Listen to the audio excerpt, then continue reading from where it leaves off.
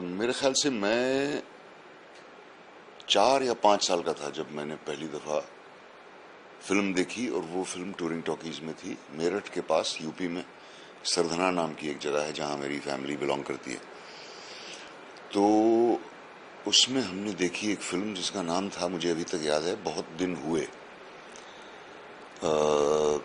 जो मेरी जिंदगी की पहली फिल्म भी थी और टूरिंग टॉकीज में देखी थी। तो उससे पहले शायद मैंने कुछ नौटंकियां देखी होंगी, क्योंकि मेरे वालिद ट्रांसफर होते रहते थे यूपी के छोटे शहरों में, और सर्कस भी जरूर देखा होगा।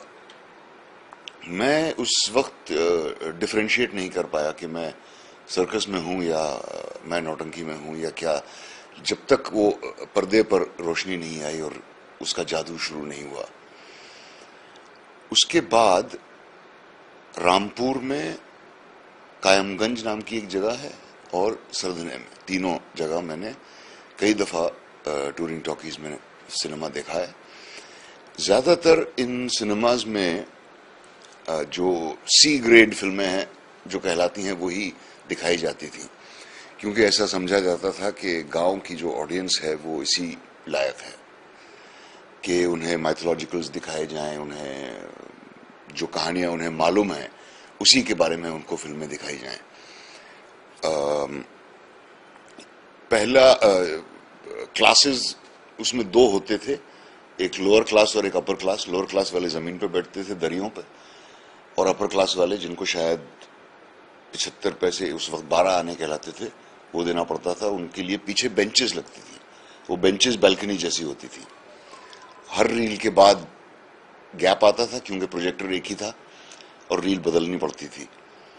और जैसे ही वो स्क्रीन की रोशनी बंद हुई और लालटेन जली तो चाय और मूंगफली और पापड़ और ये सब बिकने लग जाते थे चारों तरफ।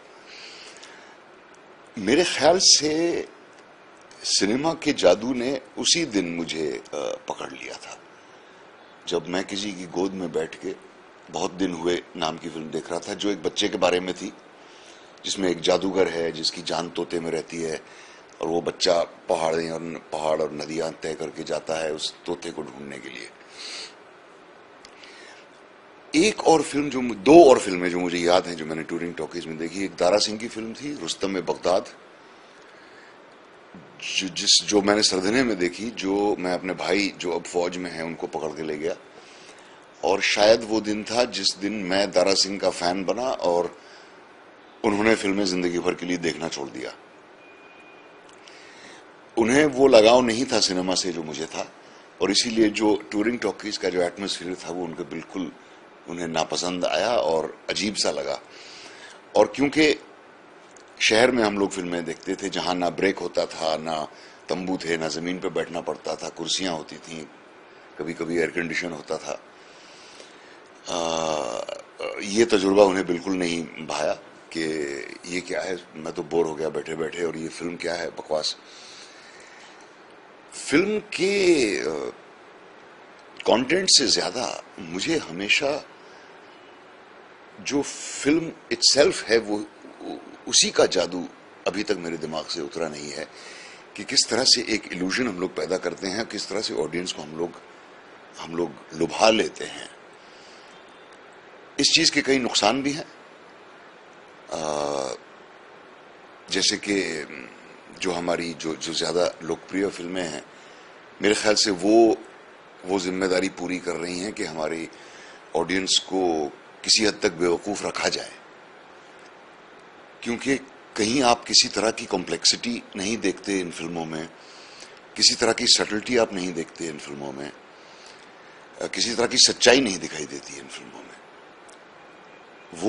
ये फिल्में इस बात का फायदा उठा रही हैं कि सिनेमा देखने वाले के जहन को किस तरह से कैप्चर कर लेता है, और एक बार वो दिमाग अगर कैप्चर हो गया तो फिर आप जो भी दवा उसमें डालना चाहें वो डाल देना बहुत आसान हो जाता है।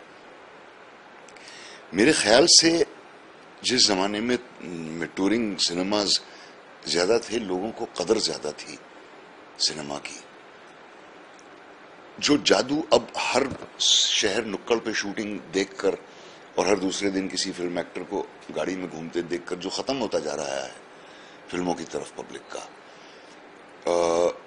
उस जादू का मरकज थे वो टूरिंग टॉकीज। और बहुत बड़ा एहसान है इन टूरिंग टॉकीज का कि इन्होंने हमारी जो फिल्में हैं उनको इस देश के कोने कोने तक पहुंचाया। अगर ये टूरिंग टॉकीज न होते तो शायद हमारे गांव, छोटे शहरों वगैरह में फिल्में देखी ही नहीं जाती और शायद उनको इतना लोकप्रिय होने में ज्यादा वक्त लग जाता।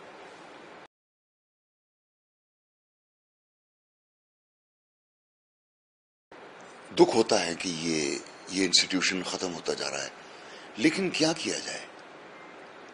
जब इंसान अपने घर में अपने बिस्तर पे लेट के अपना एयर कंडीशन चला के जो उसकी मर्जी हो वो फिल्म देख सके, और जब टूरिंग टॉकीज की तो बात छोड़िए, जब बड़े बड़े शानदार आलीशान सिनेमाज ही खत्म हो रहे हैं और खंडर बन रहे हैं, ओपेरा हाउस और कैपिटॉल और चित्रा तो गायब ही हो गया, ऐसे सिनेमाज, तो फिर टूरिंग टॉकीज बेचारों के लिए चांस क्या है। अलावा एक हिस्टोरिकल क्यूरियोसिटी के हम इनको किस तरह से देख सकते हैं। अफसोस ये है कि इनका किसी भी तरह से कल्याण नहीं हुआ है उन लोगों का जिन्होंने अपनी जिंदगी गुजारी है टूरिंग टॉकीज चलाने में, जिनका सिनेमा से लगन और कोई सबूत नहीं मांगता इस बात से के अलावा कि जिंदगी भर उन्होंने अपनी लगाई है इस काम में। तो वो तो जैसे कि विकास को अगर एक बुलडोजर की शक्ल में अगर देखा जाए तो वो बुलडोजर सफाई तो जरूर कर देता है, लेकिन बहुत सारी चीजें भी उसके साथ साथ साफ हो जाती हैं जो जिनका मूल्य बहुत है। अफसोस है कि हम अपने मुल्क में इन चीजों का मूल्य मानते नहीं हैं। जिस मुल्क में पहली टॉकी जो बनी थी उसकी कोई प्रिंट ही नहीं मौजूद है, तो हम क्या उम्मीद कर सकते हैं कि टूरिंग टॉकीज की क्या मदद की जाएगी। मेरा एक घर वांगनी में है, थोड़ी सी जमीन है हमारे पास, हम लोग वहां अक्सर जाते हैं। वांगनी तक में लोगों को मालूम नहीं है कि राजा हरिश्चंद्र की कुछ शूटिंग वहां हुई थी। सत्य शोधक समाज की पहली मीटिंग वांगनी में हुई थी।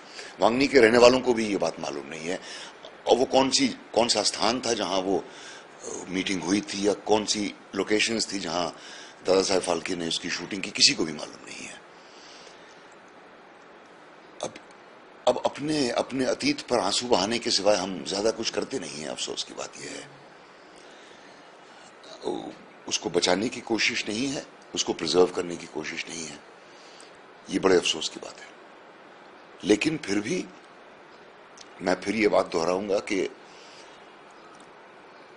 ये तो ख्वाब देखना नामुमकिन है कि टूरिंग टॉकीज फिर से जन्म लेंगे, फिर से प्रोलिफरेट करेंगे, फिर से हर गांव शहर में टूरिंग टॉकीज होंगी। ये तो नामुमकिन है क्योंकि अब हर गांव शहर में भी वीडियो पहुंच गया है।